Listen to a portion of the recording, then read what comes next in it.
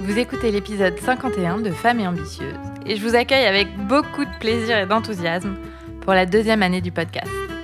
Je m'appelle Jenny Chamas, je suis coach de vie certifiée et auteure et toutes les informations que je partage ici sont disponibles sur mon site coachapi.com. Abonnez-vous au podcast sur la plateforme de votre choix pour ne manquer aucun épisode. Et si vous pensez que ce podcast vous fait du bien et change les choses pour vous, vous pouvez le soutenir en laissant un avis et des étoiles sur votre plateforme d'écoute. C'est ce qui m'aide à le promouvoir et donc à le faire vivre pour longtemps.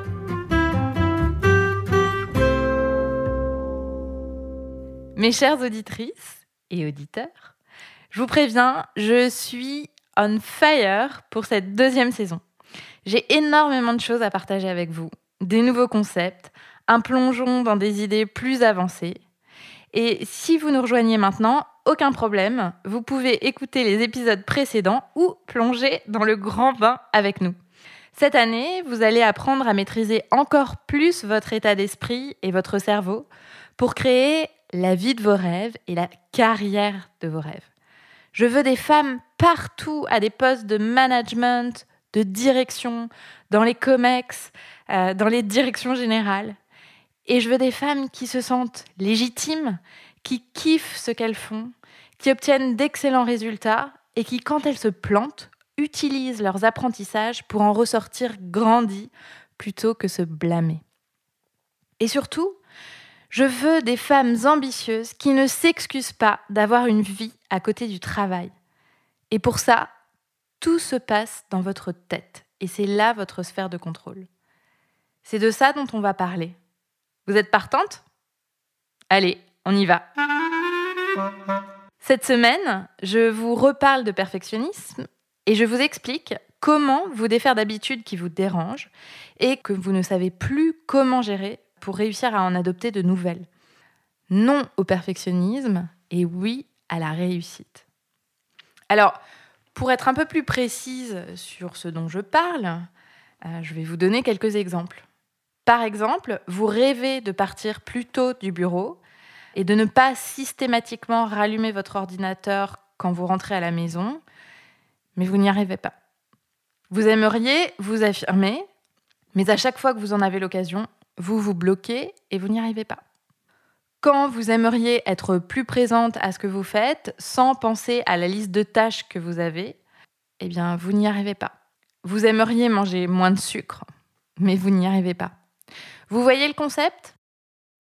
Alors, l'erreur commune que je vois chez les clientes que j'accompagne, c'est que, en général, ce sont des habitudes qu'elles ont déjà essayé de changer, d'accord ?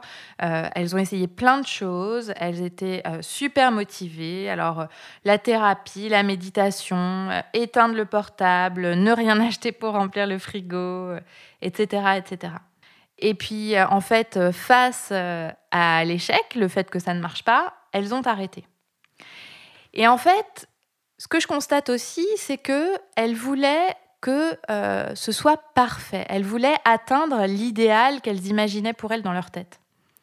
Et donc, en gros, elles voulaient passer d'un scénario un peu catastrophe, selon elles, à un scénario idéal.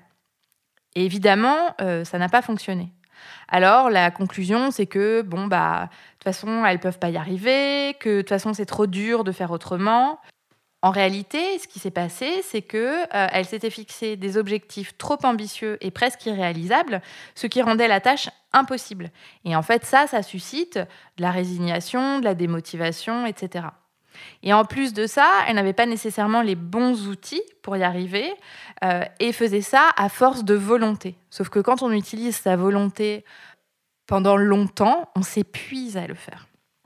Alors, je vais partager avec vous, selon moi, les 6 points qui peuvent vous permettre de lâcher une habitude, d'en créer une autre et finalement d'arrêter cette course au perfectionnisme et de prendre les choses pas à pas pour pouvoir réussir à mettre en place dans votre vie de nouvelles habitudes. Le premier pas, c'est de décider que vous voulez mettre au placard cette habitude et que vous voulez changer. Vous avez peut-être déjà essayé plusieurs fois et vous n'y êtes pas arrivé. Et vous utilisez cette excuse pour ne pas vous lancer à nouveau, parce que vous pensez que c'est impossible puisque vous avez des preuves du passé. Alors, moi je dis stop, on arrête tous ces drames que vous vous racontez et on part ensemble d'une page blanche. Ce qui s'est passé dans le passé ne dit absolument rien de vous dans le futur. Vous pouvez créer ce que vous voulez. C'est juste le job de votre cerveau de vous ramener systématiquement à ce que vous connaissez déjà, ce que vous maîtrisez, mais ça ne veut absolument pas dire que vous ne pouvez pas vous en défaire.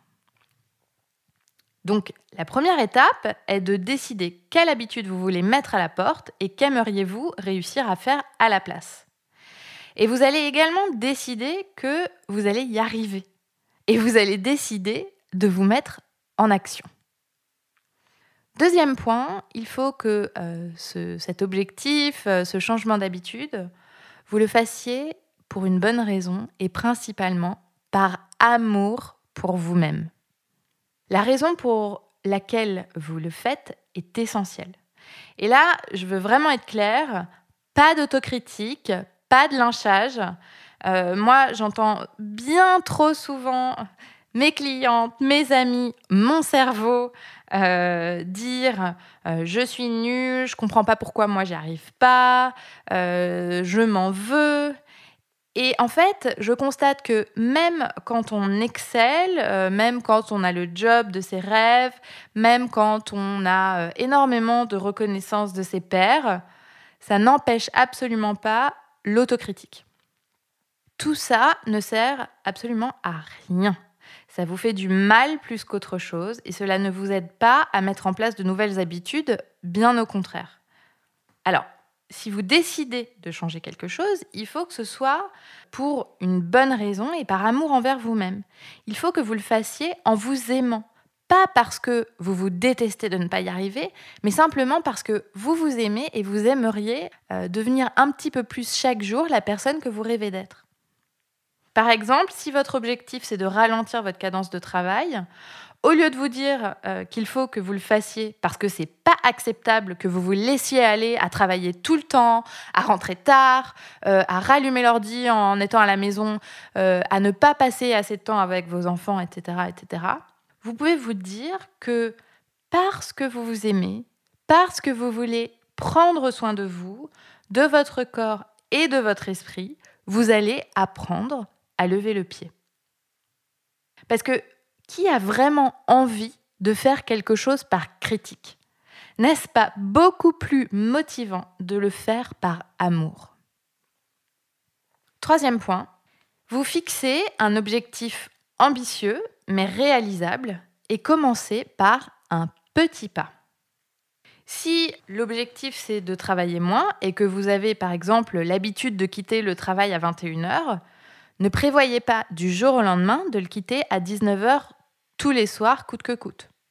Parce que ce qui va se passer très probablement, c'est que vous allez y arriver une fois, 2 fois, et puis vous trouverez des excuses pour ne pas le faire les jours suivants. Et puis comme vous ne l'aurez pas fait les jours suivants, vous vous direz, de toute façon, c'est déjà foutu, donc foutu pour foutu, j'arrête là.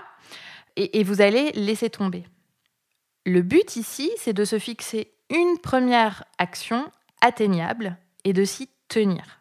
Par exemple, décidez que un soir par semaine, vous allez partir à 19h. Ou alors décidez que tous les jours, vous partirez 15 minutes plus tôt. Une fois que cette habitude sera prise, que vous l'aurez répétée plusieurs fois, il sera toujours temps de refixer un objectif plus ambitieux jusqu'à, objectif après objectif, petit pas par petit pas, arriver à l'idéal que vous souhaitez. Donc, aux perfectionnistes, attention, on ne vise pas la perfection, on ne vise pas l'idéal. Ce qu'on vise ici, c'est le réalisable, le pragmatique et la mise en action. C'est vraiment du step by step. Si vous vous attaquez à la montagne d'un coup, fort est à parier que vous allez vous décourager et vous démotiver rapidement. Si jamais ça vous arrive, vous pouvez vous dire que c'est sans doute parce que l'objectif actuel est trop difficile à réaliser, qu'il faut le découper en étapes et que vous passiez à la première étape. Quatrième point, c'est accepter que le processus va être difficile. Votre cerveau est designé pour vous ramener à ce que vous savez faire, ce que vous maîtrisez, et donc, naturellement, à cette habitude que vous souhaitez quitter. Donc, il va essayer tant bien que mal, malgré toute votre bonne volonté, malgré votre mise en action, à vous ramener à ce que vous connaissez déjà. Et vous allez avoir des compulsions. Par exemple, vous allez décider de partir un soir à 19h et puis à 18h45, il va vous dire « non, non, non, il vaut mieux rester plus tard, c'est pas grave, tu démarreras demain ». Ou alors, si vous vous êtes promis cette fois-ci en réunion de vous affirmer et de ne pas vous laisser marcher sur les pieds, ou alors d'enfin oser donner votre opinion dans une réunion dans laquelle habituellement vous restez silencieuse, votre cerveau il va vous dire non, non, non, non, surtout pas, n'y va pas, ça va être hyper dur, grand danger, tu ne sais pas ce qui va se passer. Et donc, il va vous inviter à ne surtout pas y aller. Et évidemment, votre cerveau, il est fait pour rechercher la gratification immédiate, le réconfort. Donc, c'est normal qu'il agisse comme ça. Ce n'est pas un signe qu'il ne faut pas le faire et qu'il ne faut pas agir. Vous pouvez tout à fait décider de ne pas y céder. C'est inconfortable. C'est une envie à laquelle on ne répond pas. Mais sachez que cette compulsion, c'est simplement une émotion. D'accord ? Et une émotion, c'est simplement une vibration dans le corps qui vous traverse. Et la bonne nouvelle, c'est qu'une émotion, ça passe. Donc, votre boulot ici, c'est d'accepter que l'inconfort arrive de temps en temps quand vous vous proposez de faire quelque chose de nouveau. Accepter qu'il soit là, qu'il vous envahisse, cet inconfort, le laisser être là et le laisser partir. En fait, il faut accepter que le processus de changer une habitude, de changer quelque chose que vous avez fait pendant longtemps, c'est un travail sur vous, ça ne vient pas par miracle, et que vous allez devoir produire des efforts pour y arriver. Mais en même temps, quand on y pense, je veux dire, on n'a rien sans rien. On n'obtient pas une promotion par hasard. On n'obtient pas un diplôme par hasard. Vous avez, pour construire votre carrière, jusqu'ici, fait énormément d'efforts. C'est exactement la même chose pour toutes les habitudes que vous vous proposez de changer. Pour y arriver, la gratification est incroyable une fois qu'on y est, mais ça demande du travail et des efforts, ça demande du temps, ça demande d'accepter que parfois ce soit absolument pas agréable, mais ça fait partie de l'aventure. Cinquième chose, c'est d'avoir de l'engagement et de l'empathie pour vous-même. Soyez douce avec vous. Si vous n'arrivez pas à vous tenir à ce que vous vous promettez, ne vous lynchez pas. Recommencez et remettez-vous au travail. Mais n'utilisez pas l'excuse de la difficulté ou de l'échec pour abandonner. En fait, ça, c'est vous desservir. Tenez-vous à votre décision. Et si vous avez raté une journée, une promesse, c'est pas grave. Reprenez dès le lendemain, d'accord ? Les échecs font partie de l'aventure. Et enfin, dernière chose qui est essentielle et que pourtant, toutes les personnes ayant une tendance perfectionniste ne suivent absolument pas, c'est commencer dès maintenant. Et quand je dis maintenant, je dis là, tout de suite, aujourd'hui, à l'heure où vous écoutez ce podcast. N'attendez pas la rentrée, n'attendez pas le week-end, n'attendez pas les vacances, n'attendez pas une période plus light au boulot. Tout ça, ce sont des excuses pour ne pas le faire, ou alors un espèce de fantasme sur le fait que ce sera plus facile d'y arriver et ce sera plus parfait si vous attendez le bon moment. Quoi que vous vouliez changer, vous pouvez commencer maintenant. Parce que le bon moment, c'est maintenant. Demain, ce ne sera pas mieux, ce ne sera pas plus facile. Pensez à la personne que vous voulez être et pensez à elle dans quelques mois. Qu'est-ce qu'elle vous dirait là, maintenant, tout de suite, de faire ? Quelle habitude vous conseillerait-elle de changer ? Comme exercice d'application cette semaine, ce que je vous propose, c'est de réfléchir à une habitude que vous avez et qui vous dérange, que vous aimeriez changer. Et puis, ce que je vais vous proposer de faire, c'est de choisir une première action à mettre en place pour la changer. Et rappelez-vous, on parle ici d'une première étape et non pas d'arriver à un idéal tel que notre cerveau aime bien se l'imaginer.